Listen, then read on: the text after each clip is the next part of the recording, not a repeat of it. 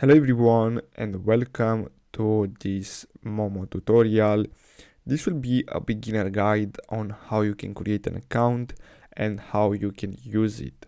So the first step is to go to their official website, and you can simply start by clicking on the sign up button in the top right corner. Now here you can choose how would you like to sign up, either by using your email or phone number, and then once you click next you'll have to enter some personal information.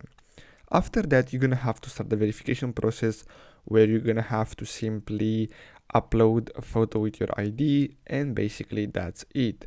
After that, you'll be able to fund your account and you can start trading. So as you can see here, we have some prices depending on the amount that you want to trade.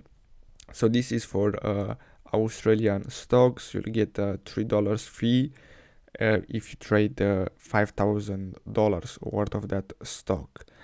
And basically that's all you have to know. You just have to simply create the account and you can start trading right away. I really hope you found this video helpful. Thanks for watching, guys.